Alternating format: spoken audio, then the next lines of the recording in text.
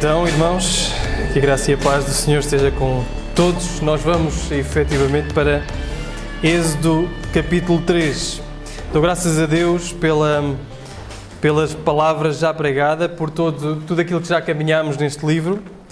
E volto a reforçar e a desafiar os irmãos a que façam as meditações em casa, que acompanhem o livro, porque não quer dizer isto que cheguem aqui já a saber tudo aquilo que o texto diz e que não possam ser abençoados, estão a cortar uma bênção que depois a pregação traz. Antes, pelo contrário, preparamos os nossos corações para o texto, familiarizamos com o texto. E isso é aquilo que eu creio que nós conseguiremos hoje, já familiarizados com o texto, absorver melhor aquilo que o Senhor tem. Ora, nós vivemos dias em que nós gostamos de definir a Deus. Vivemos dias que as pessoas acreditam que podem definir Deus. A Bíblia diz que Deus criou o homem à sua imagem e semelhança.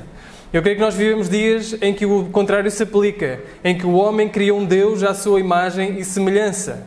Procura criar um Deus da forma como quer. Expressões como, eu penso que Deus é como qualquer coisa. Ou eu não creio num Deus que é assim ou é assado. Só mostram que nós criamos e gostamos de criar um Deus conforme os nossos desejos, conforme as nossas vontades, conforme aquilo que nós queremos que Ele na verdade seja. Queremos decidir como Deus é. Queremos imaginar que Deus seja como aquilo que nós queremos que seja. E nós, mesmo dentro da igreja, não fugimos muito a isso. Às vezes somos confrontados com alguns atributos de Deus, somos confrontados com alguns padrões de Deus e que aos quais resistimos. Eu não creio num Deus que tenha isto ou aquilo. Podemos estar a falar sobre juízo, podemos estar a falar sobre soberania de Deus, podemos até estar a falar sobre padrões, sobre sexualidade. E nós dizemos, eu não creio num Deus desta forma, que age desta forma, que é desta forma. Eu creio num Deus diferente. Isso só demonstra que nós estamos a criar um Deus à nossa imagem, à semelhança e semelhança. Mas isso afasta-nos completamente da realidade. Porque não é por aquilo que nós achamos que nós conseguimos criar aquilo que é a realidade. Não é aquilo que nós imaginamos que projeta a realidade. Eu posso muito bem dizer, eu acredito que um elefante tem 2 pernas. Mas isso não muda o facto que, normal, não é? Um elefante que tenha tudo normal, tem 4. Nós podemos dizer que acreditamos que Deus é de uma certa forma e queremos que Deus é de uma certa forma e desejamos que Deus seja de uma certa forma, mas isso não muda a realidade de quem Deus na verdade é, de quem Deus na realidade é. E isso é aquilo que nós vemos aqui neste texto. Este texto vai nos apresentar quem Deus é e da sua própria boca. É Deus quem se define, é Deus quem se define a si próprio. Ele não espera que Moisés o defina, ele define-se a si próprio e se revela a Moisés. Então vamos ler este capítulo 3, capítulo 3 de Êxodo. Um capítulo importante, um capítulo que tem uma passagem bem conhecida, uma história bem conhecida e tem uma das frases mais enigmáticas de toda a Escritura. Diz assim, Êxodo capítulo 3. E apacentava Moisés o rebanho de Jetro, seu sogro, sacerdote em Midian, e levou o rebanho atrás do deserto e veio ao monte de Deus a Horebe. Apareceu-lhe o anjo do Senhor em uma chama de fogo no meio de uma sarça, e olhou, e eis que a sarça ardia no fogo, e a sarça não se consumia. E Moisés disse, agora me virarei para lá e verei esta grande visão, porque a sarça se não queima. E vendo o Senhor que se virava para lá ver, bradou Deus a ele do meio da sarça e disse, Moisés, Moisés. E ele disse, eis-me aqui. E disse, não te chegues para cá, tira os sapatos dos teus pés, porque o lugar em que tu estás é terra santa. Disse mais, eu sou o Deus de teu pai, o Deus de Abraão, o Deus de Isaque, o Deus de Jacó. E Moisés encobriu o seu rosto porque temeu olhar para Deus. E disse o Senhor, tenho visto atentamente a aflição do meu povo, que está no Egito, e tenho ouvido o seu clamor por causa dos seus exatores, porque conheci as suas dores. Portanto, desci para livrá-lo da mão dos egípcios e para fazê-lo subir daquela terra, uma terra boa e larga, uma terra que mana leite e mel, ao lugar do cananeu e do heteu e do amorreu e do ferezeu e do heveu e do jebuseu. E agora, pois, eis que o clamor dos filhos de Israel chegou a mim, e também tenho visto a opressão com que os egípcios os oprimem. Vem agora, pois, e eu te enviarei a Faraó para que tires o meu povo, os filhos de Israel, do Egito. Então Moisés disse a Deus: quem sou eu que vá a Faraó e tire do Egito os filhos de Israel? E Deus disse: certamente eu serei contigo. Isto será por sinal que eu te enviei. Quando houveres tirado este povo do Egito, servireis a Deus neste monte. Então disse Moisés a Deus: eis que quando vier aos filhos de Israel e lhes disser: o Deus de vossos pais me enviou a vós, e eles me disserem: qual é o seu nome? Que lhes direi? E disse Deus a Moisés: eu sou o que sou. Disse mais: assim dirás aos filhos de Israel: eu sou, me enviou a vós. E disse mais a Moisés: assim dirás aos filhos de Israel: o Senhor, o Deus de vossos pais, o Deus de Abraão, o Deus de Isaque, o Deus de Jacó, me enviou a vós. Este é o meu nome eternamente, e este é o meu memorial de geração em geração. Vai e ajunta os anciãos de Israel e diz-lhes: o Senhor, o Deus de vossos pais, o Deus de Abraão, de Isaque e de Jacó, me apareceu dizendo: certamente vos tenho visitado e visto o que vos é feito no Egito. Portanto, eu disse: far-vos-ei subir da aflição do Egito à terra do cananeu, e do heteu, e do amorreu, e do ferezeu, e do heveu, e do jebuseu. É uma terra que mana leite e mel. E ouvirão a tua voz, irás tu e os anciãos de Israel ao rei do Egito, e dir-lhe-eis: o Senhor, o Deus dos Hebreus, nos encontrou. Agora, pois, deixa-nos ir a caminho de 3 dias para o deserto, para que sacrifiquemos ao Senhor nosso Deus. Eu sei, porém, que o rei do Egito não vos deixará ir, nem ainda por uma mão forte, porque eu estenderei a minha mão e ferirei o Egito com todas as minhas maravilhas que farei no meio dele, depois vos deixará ir.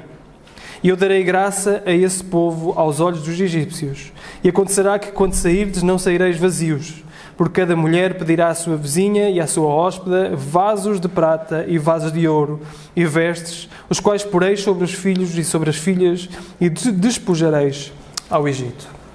Até aqui a palavra do Senhor. Os capítulos 1 e 2 preparam um cenário para este capítulo. Como o Pedro disse no último domingo, nós estamos a abrandar no tempo. O primeiro capítulo passam-se 400 anos e o segundo capítulo passam-se mais ou menos 80 anos. Agora, quando chegamos ao terceiro capítulo, vemos Moisés, um homem com 80 anos, a pastorear o rebanho do seu sogro Jetro, e é interpelado pelo próprio Deus. Moisés fugiu do Egito com 40 anos, passou no deserto e agora Deus estava pronto para o chamar. E vemos no final do capítulo 2 que Deus ouviu o clamor do seu povo. Não é? Deus ouviu o clamor, Deus lembrou-se do concerto, Deus atentou para aquilo que eles estavam a passar e Deus conheceu-os, diz os últimos versículos do capítulo 2. Chegamos então a este capítulo. É importante que o Senhor vai chamar Moisés para cumprir a sua obra. O Senhor vai chamar Moisés para ser o libertador. Mas, na verdade, quem vai ser o libertador é o próprio Deus. Deus é o libertador do seu povo. E antes mesmo de entrar na ação propriamente dita, o Senhor vai mostrar quem Ele é. Para que Moisés tenha bem a certeza de quem é que o envia. Para que Moisés tenha bem a certeza de que é este Deus poderoso, magnífico, que tem capacidade de tirar o seu povo do Egito. Até aqui, capítulo 1 e 2, nós vemos várias vezes Deus mencionado. Algumas vezes Deus mencionado. Mas nunca vemos Deus falar. Até ao capítulo 2, ou o capítulo 1 e capítulo 2, Deus é mencionado, ou as obras de Deus são mencionadas, mas nunca Deus pronuncia uma só palavra. No capítulo 3, pela primeira vez, Deus vai falar em Êxodo. E é interessante verificar que Deus fala a primeira vez para se definir. Mais uma vez, é Deus quem se define.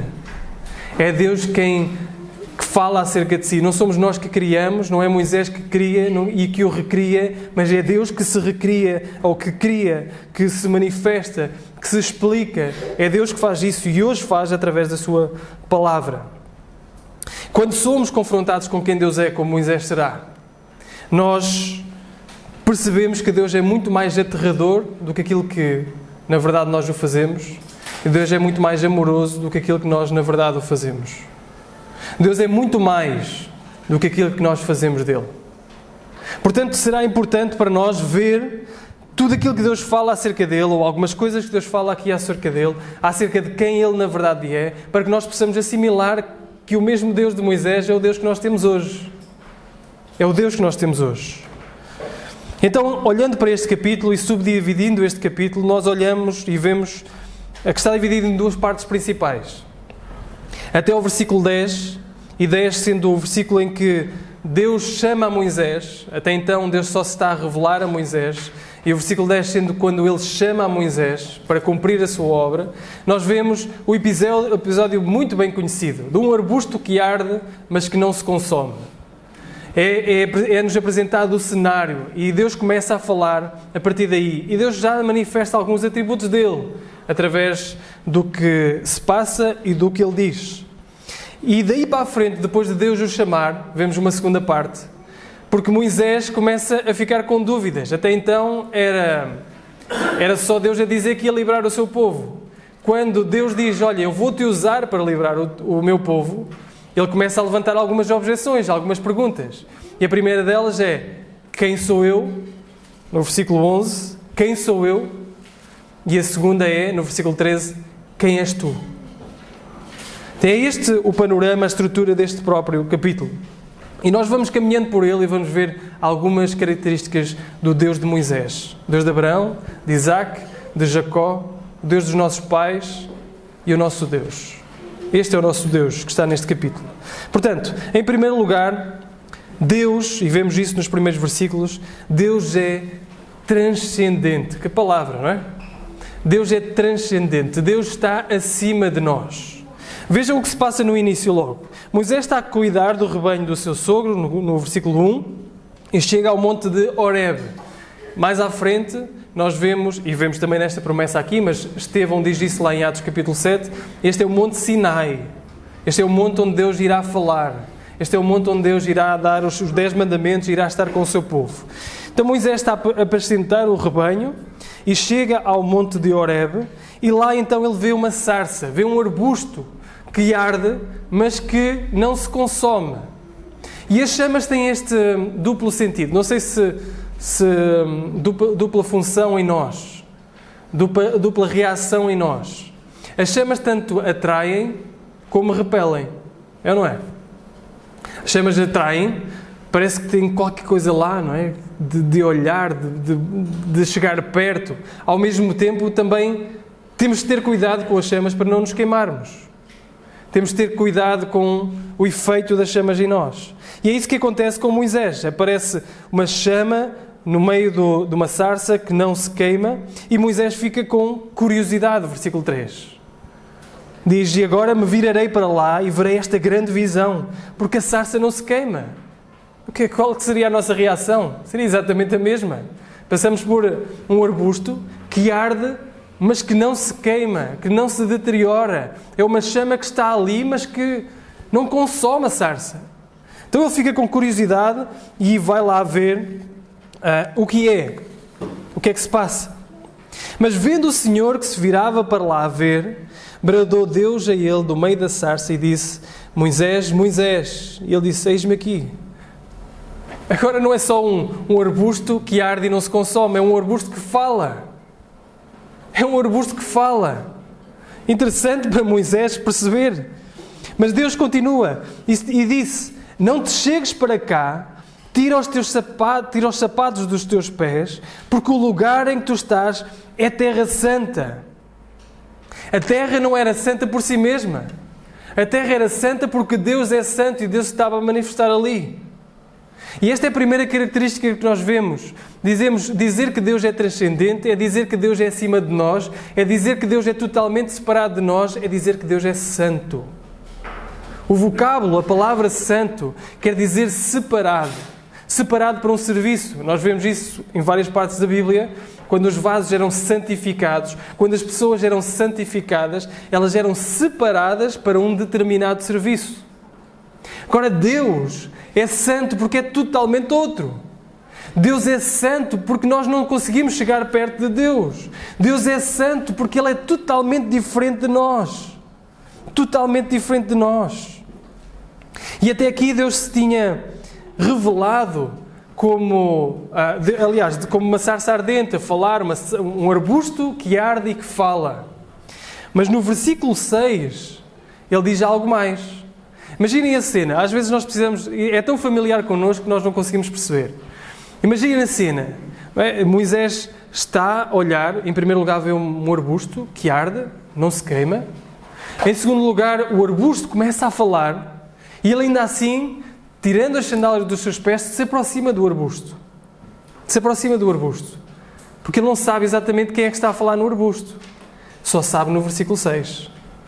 E a partir do versículo 6, disse Deus: Eu sou o Deus de teu pai, o Deus de Abraão, o Deus de Isaac, o Deus de Jacó. E olhem a reação de Moisés. E Moisés encobriu o seu rosto porque temeu olhar para Deus. Até então ele estava a caminhar em direção ao arbusto para ver o que se passava, para ouvir a voz. A partir do momento em que diz: Eu sou o Deus dos teus pais, o Deus de Abraão, o Deus de Isaac, o Deus de Jacó, a primeira reação de Moisés é cobrir o rosto. A primeira reação de Moisés é não olhar de uma forma direta. Porque Deus não é como nós. Deus é santo, Deus é glorioso, Deus é majestoso. Deus é totalmente diferente de nós. Mais à frente, lá em Êxodo, capítulo 33, quando Moisés fala com Deus, Deus diz a Moisés: Tu não podes ver o meu rosto, porque ninguém pode ver-me e continuar vivo. Ninguém pode ver a Deus e continuar vivo. Mas o que diremos mais à frente sobre o seu amor e a sua graça nunca podem retirar nada à sua santidade. E nós precisamos de perceber que a Bíblia fala acerca de um Deus assombroso e terrível. Deus é um Deus assombroso e terrível. Um Deus que faz tremer pecadores como nós. Um Deus que não compactua com o nosso pecado, que é totalmente diferente de nós. E nós não podemos perder isto da visão. Existe algo na natureza de Deus que bane os pecadores. Existe algo na natureza de Deus que faz tremer pecadores, porque não é um atributo passivo, é um atributo ativo, que atrai tudo o que é igual a Ele e repele e destrói tudo o que é diferente dEle. Irmãos, a menos que comecemos a perceber isto de joelhos e a sentir, em primeiro lugar, o peso da santidade de Deus. E Moisés percebeu. Assim que percebeu que era Deus, escondeu o seu rosto. A menos que comecemos a perceber quem Deus, a santidade de Deus, o peso da santidade de Deus, nós não perceberemos quem Deus realmente é. Quem Deus realmente é. Ele é santo, Ele está acima de nós. Existe uma passagem muito enigmática, não, muito gráfica até, lá em Isaías, capítulo 6. Nós conhecemos bem.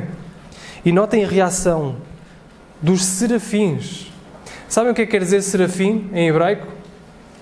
Serafim quer dizer aqueles que ardem. Aqueles que ardem. São anjos a arder. Imaginem se um anjo agora descesse sobre a igreja aqui e o aspecto dele fosse como de uma chama. Uma chama que nos faria tremer, com certeza. E vejam o que diz: No ano que morreu o rei Uzias, eu vi o Senhor assentado sobre um alto e sublime trono, e o seu séquito enchia o templo. Os serafins, estes anjos que ardem, estavam acima dele. Cada um tinha 6 asas, com 2 cobriam o rosto, com 2 cobriam os pés, e com 2 voavam. E clamavam uns para os outros, dizendo: Santo, Santo, Santo é o Senhor dos exércitos. Toda a terra está cheia da sua glória. Os serafins cobrem o seu rosto. E nós achamos que Deus é um igual a nós. Deus é assombroso e terrível. Assombroso e terrível. Mas continua lá em Êxodo capítulo 3. Sim, Deus é transcendente, Deus é totalmente diferente de nós. Mas, vejam o que Deus diz a Moisés logo no versículo 7. Tenho visto atentamente a aflição do meu povo que está no Egito. Tenho ouvido o seu clamor por causa dos seus exatores, porque conheci as suas dores. Porque desci para livrá-lo da mão dos egípcios, para fazê-lo subir daquela terra, a uma terra boa e larga, a uma terra que mana leite e mel. Este Deus assombroso e terrível, este Deus totalmente outro, é um Deus que ouve o clamor, versículo 6, conhece as dores, versículo 7, e desce para livrar. É um Deus totalmente outro, mas é um Deus também imanente, como nós, no meio de nós. É um Deus no meio de nós. Deus está acima de nós, mas também está entre nós.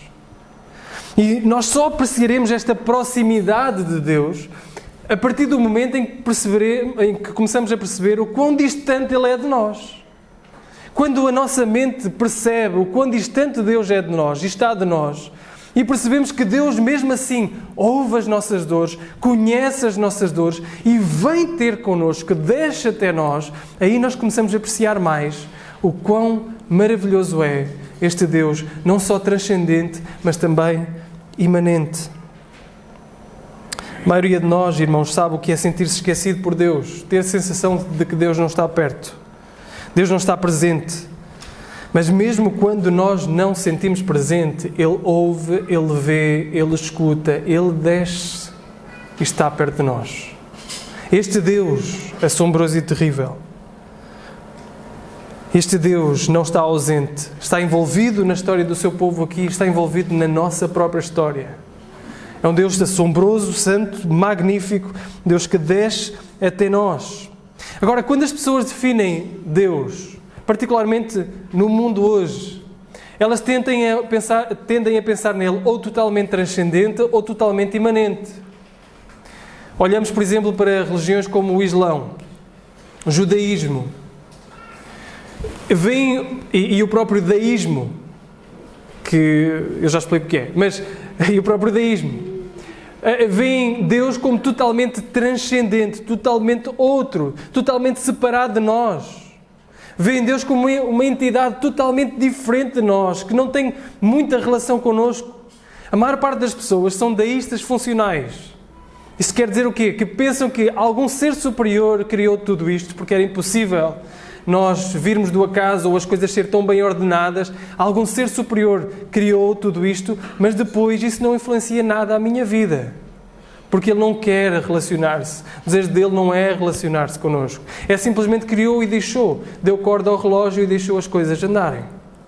Por outro lado, e tivemos uma incursão agora também agora há uns anos, esta parte, na Europa, existe um certo misticismo, até mesmo religiões orientais. E essas creem em Deus como totalmente imanente. Isto é, Deus está no meio de nós e tudo é Deus. Uma coisa ou outra. E nisto o cristianismo é distintivo. Porque o cristianismo é o único que apresenta Deus como totalmente transcendente e imanente. Aquele que é transcendente e aquele que é imanente. E vemos isso claramente na pessoa de Jesus Cristo. De uma forma muito mais vívida. Portanto, Deus é totalmente outro. Transcendente. Deus é imanente também. Ele vem até nós, Ele ouve as nossas dores. E chegamos ao versículo 10, que é este versículo de transição. Porquê? Porquê que é transição? Porque uma coisa é nós ouvirmos acerca de quem Deus é. E podemos estar aqui nesta situação. Ouvimos acerca de quem Deus é. Muito bem. Isso alegra o meu coração, saber que Deus é transcendente, saber que Deus é imanente, saber que Deus é assombroso e terrível e saber que Deus ouve as dores do seu povo e desce para os livrar. E Moisés estava nessa situação. Obrigado pela informação, Deus. Mas chega ao versículo 10 e Deus diz assim a Moisés: vem, eu agora vou-te enviar a Faraó. Eu agora vou-te enviar para livrar os filhos de Israel do Egito. E isto pode ser uma surpresa. Será que nós, ao enfrentarmos problemas, nós desejamos escutar Deus a dizer: eu tenho visto, eu tenho escutado, eu tenho conhecido, vou enviar-te. Muitas vezes nós somos a resposta de Deus às nossas próprias orações.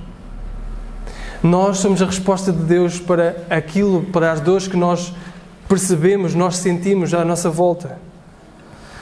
O Deus de Abraão, o Deus de Isaac, o Deus de Jacó estava com ele, iria com ele, sim, mas era preciso que ele fosse. E isso suscita em Moisés duas perguntas, como dissemos. Duas perguntas que nos revelarão mais acerca de quem Deus é, de uma forma mais profunda acerca de quem Deus é. A primeira pergunta, naturalmente, é: Deus, quem é que eu sou? Quem sou eu para ir a este povo? Versículo 11. Quem sou eu que vá a Faraó e tire do Egito os filhos de Israel? Moisés não se sente preparado devido à sua debilidade, devido ao poder de Faraó, devido ao quão grande o povo dos judeus, dos hebreus eram. Então ele faz esta excelente pergunta: quem sou eu? Isto tem a ver tudo com a nossa vida hoje. Tem com um problema de identidade. Quem sou eu? É um problema de identidade. E identidade hoje, nos nossos dias, converteu-se em algo fulcral, essencial. Primeiro porque a identidade passou a ser modificável. Há um século atrás, a nossa identidade era baseada em quê? No sítio onde nós nascíamos, da família onde nós vínhamos e provavelmente no sítio onde nós trabalhávamos. E isto não eram coisas que mudavam. Quem nascia numa terra, morria na terra. Quase sempre. Não é? Quem nascia naquela terra, vivia quase sempre naquele sítio. Quem vinha daquela família, normalmente absorvia até mesmo a função do seu pai e da sua mãe. O trabalho do seu pai e da sua mãe. Se trabalhavam no campo, o mais provável era que eles fossem trabalhar no campo. Se fossem médicos, o mais provável era que eles fossem médicos também. E depois, em terceiro lugar, nós recebemos não só isso, mas a questão do trabalho era uma questão quase perene. Entrávamos num trabalho e era o trabalho para toda a vida. Era aquele trabalho que nós escolhíamos e era aquele que ficaria quase toda a vida. Tudo isto hoje é modificável. Tudo isto hoje nós podemos alterar, formar a nossa própria identidade. E por isso nós vemos cada vez mais uma busca por identidade, por forjar aquilo que nós queremos. Somos convidados a inventarmos e reinventarmos todos os dias. Mudamos de carreiras, mudamos de subculturas, mudamos de aspecto, mudamos de tanta coisa. Tudo para criar uma identidade mais forte, achamos nós. A questão é que vivemos num mundo de oportunidades, que nos cria essas oportunidades de termos novas identidades, mas essas identidades baseiam-se na nossa própria força. E quando somos confrontados com problemas, a identidade treme. E se ela se basear em nós, a identidade cai. Essa é a razão, ou uma das razões, não é a razão, mas é uma das razões, os problemas de identidade, as crises de identidade, são uma das razões porque nós temos tantos problemas hoje com ansiedades. E falo isto, podia dar vários exemplos, mas falo isto até entre pastores, por exemplo. Pessoas que estão no ministério. Porque criam uma imagem de si que não é real. E depois têm que trabalhar muito para manter essa mesma imagem. E então isso cria ansiedade, depressão e suicídio entre pastores. E podíamos extrapolar para outras funções, para outras pessoas até. A questão da identidade é muito importante. Por isso, Moisés pergunta: quem sou eu? No meio de uma tarefa, Moisés viu que era uma tarefa impossível de cumprir. Ele diz: quem sou eu? É uma pergunta importante. A resposta de Deus ainda é mais significativa. Vejam a resposta de Deus. Deus diz, à resposta do quem sou eu, Ele diz: certamente eu serei contigo. Deus respondeu à pergunta. Deus respondeu à pergunta de Moisés. Não respondeu à pergunta de Moisés. Se alguém chegasse perto de nós e dissesse: quem sou eu para conseguir fazer tal tarefa? A nossa mais natural reação era dizer o quê? Tu és capaz, claro que és. Deus poderia ter dito a Moisés: Moisés, tu és a pessoa ideal. Tu cresceste na corte do Egito. E fazias esta ponte entre o Egito e entre o povo hebreu de uma forma como mais nenhum pôde fazer. Tu foste alguém instruído, foste alguém que viste o teu povo a sofrer. Não só isso, tens experiência agora de pastorear um rebanho, de cuidar de um rebanho, de proteger um rebanho. Tu és a pessoa ideal, Moisés, para ser usada por mim para libertar o povo. Ora, Deus não diz, tu és a pessoa ideal. Deus nem sequer responde à pergunta, quem sou eu? Responde à pergunta com, eu sou suficiente. Deus responde, eu estarei contigo. A consideração que Moisés tem de que eu não sou suficiente, Deus. Deus responde, é verdade. É verdade, tu não és. Mas eu sou. Mas eu sou. Se vimos que Deus é totalmente outro, se vimos que Deus é imanente, Deus está e se preocupa, agora vemos a suficiência de Deus. Deus é suficiente. Quando nós pensarmos que não somos suficientes, Deus é suficiente. Quando as nossas forças não conseguem alcançar, Deus é suficiente. Quando a nossa perspectiva é que nós não conseguimos, devemos confiar que Deus consegue, que Deus está connosco. O Senhor não nos chama por causa da nossa habilidade, o Senhor não nos chama por causa do quão bons nós somos, o Senhor nos chama e na nossa como é que se diz? Ao sermos inadequados, Deus se mostra adequado. Deus é suficiente. Deus é suficiente. Talvez tu sejas uma pessoa autossuficiente, pelo menos por um bocado.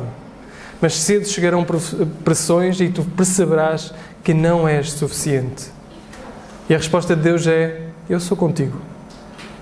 O Senhor não aumenta a autoestima de Moisés. O Senhor mostra que Ele é suficiente. A resposta quem sou eu, não existe aqui um afagar do ego. Existe a amostra de que Deus, na verdade, é aquilo que Ele precisa. Eu estarei contigo. Eu sou suficiente. O que leva Moisés a fazer uma outra pergunta. Se tu és suficiente, quem és tu? Ele diz, por outras palavras, isto. O que ele, na verdade, diz é, eu vou lá, ok, tudo bem, tu és suficiente e vais comigo. Mas quando eu chegar lá, o que é que eu vou dizer? Quando os outros me perguntarem quem tu és, o teu nome, o que é que eu vou dizer? E Deus responde de uma forma magnífica, talvez com a expressão mais enigmática de toda a Escritura. Diz, no versículo 14, e disse Deus a Moisés, eu sou o que sou. Eu sou o que sou. Isto é uma declaração que está desenhada para arrebentar com todas as nossas definições.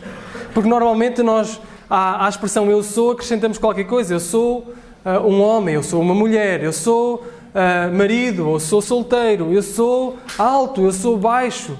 Isto é uma declaração circular. Eu sou o que sou, o que sou, o que sou. Isto é uma declaração totalmente circular. E eu gostava de apontar 3 coisas que esta expressão nos diz. Em primeiro, é que Deus é inesgotável.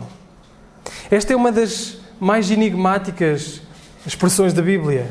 Esconde muito mais do que aquilo que revela.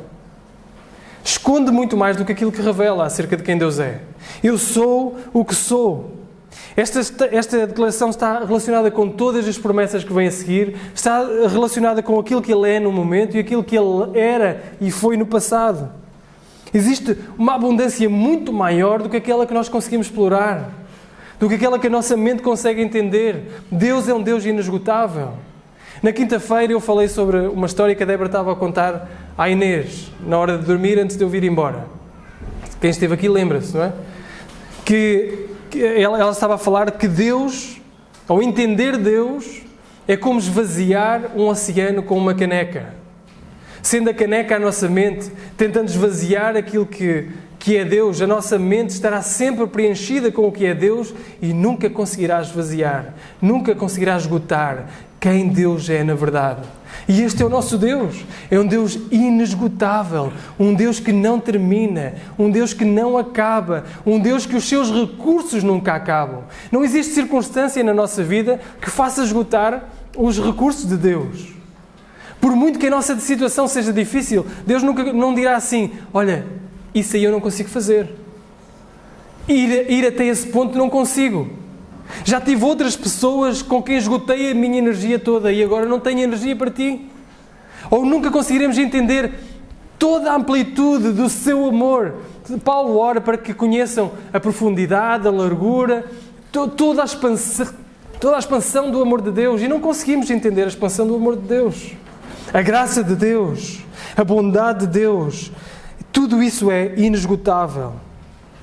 As riquezas de Cristo, como diz Paulo aos Efésios, são insondáveis. E uma coisa que esta expressão nos diz é que Deus é inesgotável. Eu sou o que sou.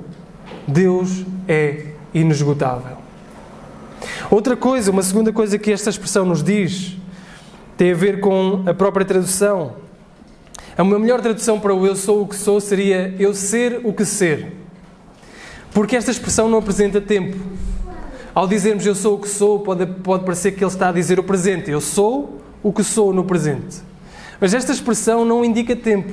Eu ser o que ser indicaria melhor o que na verdade é quem é Deus. Deus é aquele que sempre foi. Deus é aquele que é. Deus é aquele que será. Deus é aquele que foi, é aquele que é aquele que será. Deus não muda. Deus é inesgotável, mesmo em relação ao tempo. Deus é o Deus dos patriarcas, que teve liberdade para fazer todas as coisas para libertar o seu povo. Deus é aquele que vai libertar o seu povo no presente e é o Deus que levará, promete Ele aqui, a uma terra prometida que mana leite e mel. Mesmo nas suas promessas, Ele está a falar sobre o passado, sobre o presente e sobre o futuro. Deus é um Deus sempre presente, seja no passado, no presente ou no futuro, e sempre ativo, seja no passado, no presente e no futuro. Isto quer dizer, irmãos, que nós podemos categorizar Deus apenas como omnipresente, mas isso não define Deus na sua totalidade. Deus é omnicompetente. Deus é aquele que está presente em todas as eras, em todos os lugares. Com os nossos pais que já faleceram, Ele esteve. Com os nossos amigos, os pais que estão presentes, com os nossos irmãos, com os nossos filhos, Ele está presente e ativo. E com aqueles que virão, Deus está presente e ativo. Deus está presente e ativo. Deus não é ornamento extra. Em qualquer situação, Ele está sempre ativo. E não esqueçamos, Moisés ainda não se afastou da sarça que arde. Moisés ainda está a ouvir Deus a falar de uma sarça que arde, que se consome, ou que não se consome. Está a arder, mas não se consome. E isto é uma imagem clara de que Deus não precisa de nada para existir. Deus sempre existe. Deus não depende de recursos externos. Deus sempre existe. Então Deus é inesgotável. Deus é sempre ativo e Deus é sempre ativo e sempre presente. E por fim, Deus é totalmente livre e soberano. Isto quer dizer também que a identidade de Deus não está limitada. Nós vivemos nesta era, neste espaço, neste tempo. Nós vivemos nesta altura. Nascemos numa determinada família, num determinado contexto. E as nossas decisões, embora pensemos que são livres, são condicionadas por isso. Nós fazemos decisões hoje porque um passado atrás de nós nos mostra que esta é a melhor decisão a tomar. Nós fazemos decisões hoje porque vivemos num meio ocidental, de pensamento ocidental. Ninguém consegue perceber a mente de Putin agora. Ninguém consegue perceber, particularmente os ocidentais. Mas vamos a um russo e alguns deles conseguem. Porque existe algo na sua mente, existe algo no seu passado, existe algo na sua cultura que o levam a tomar determinadas decisões. Não existe propriamente uma liberdade total nas nossas ações e nas nossas decisões. Agora, quando olhamos para Deus, quando Ele diz eu sou o que sou, isso quer dizer que Ele é o único ser livre no universo. Ele não depende de fatores externos. Ele não depende de nós, não depende de circunstâncias. Ele apenas faz decisões baseadas em quem Ele é e no seu caráter. Portanto, se Deus nunca está restringido aos outros, podemos estar seguros que Ele pode cumprir. E se Deus está restringido apenas por Ele mesmo, podemos estar certos que Ele vai cumprir. certos de que Ele vai cumprir. Ele tem poder. E isto é o que se passa nas promessas que vêm a seguir. As promessas do versículo 15 em diante, Ele mostra que tem poder para cumprir. Ele mostra tudo o que vai acontecer. Ele diz, olha, tu vais falar ao povo, e o povo, os líderes do povo vão te seguir.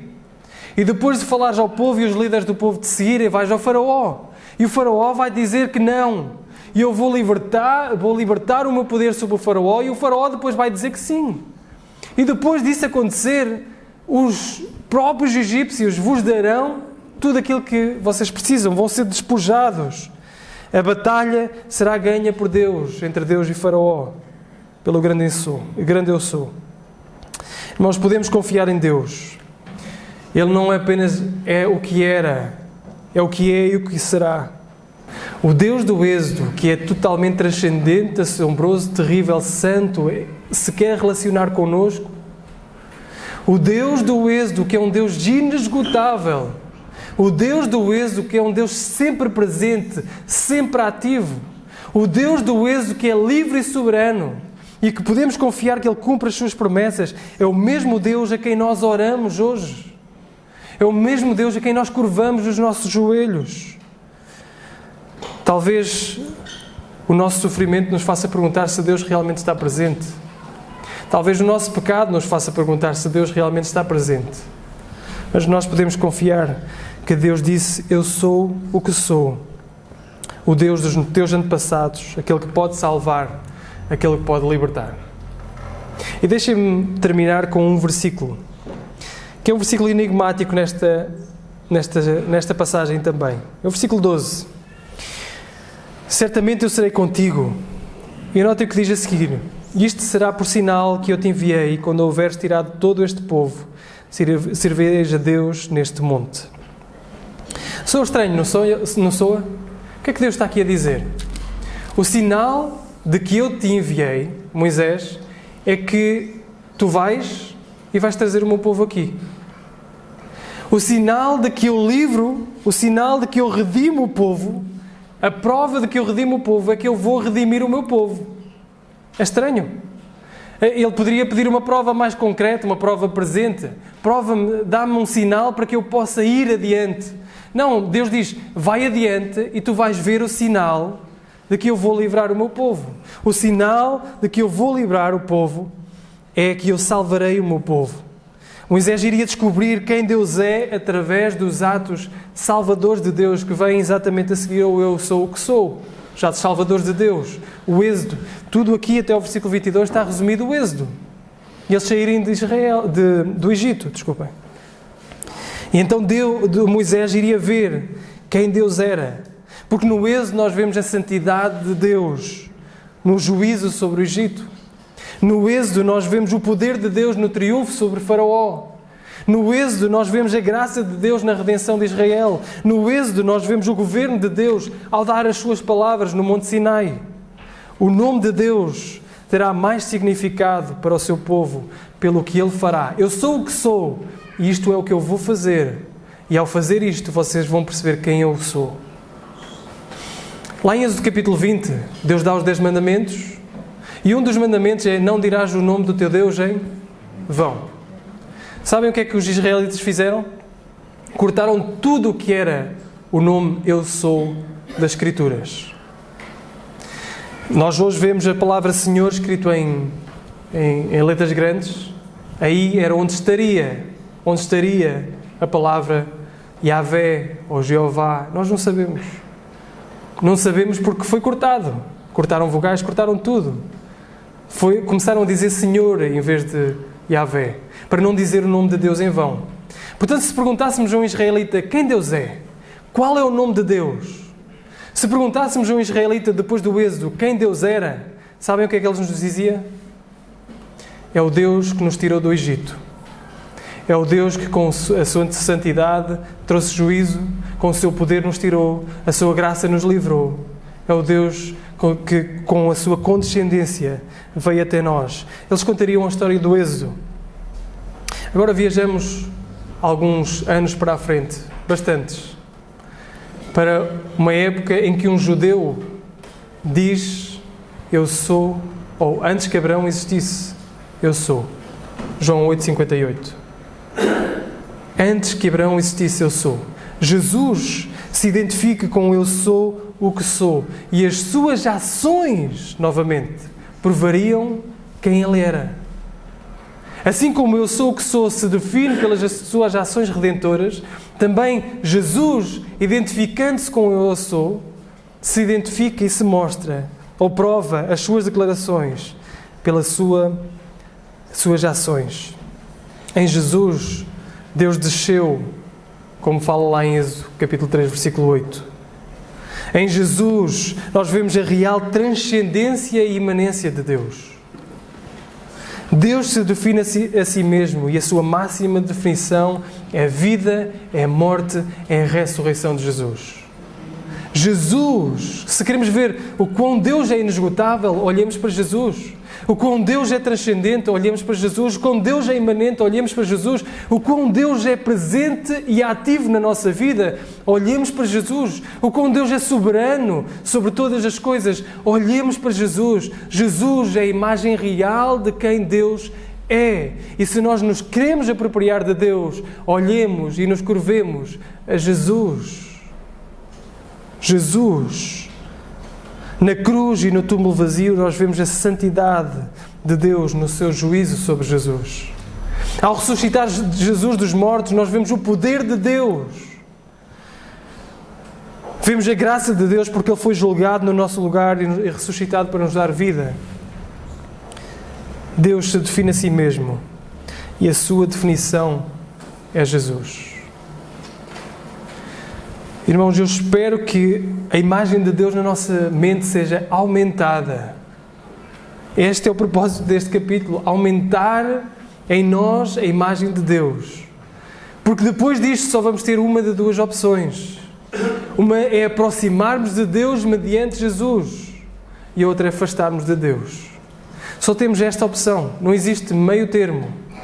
Ou aproximarmos deste Deus maravilhoso através de Jesus, ou nos afastarmos em Jesus, de Deus, rejeitando Jesus.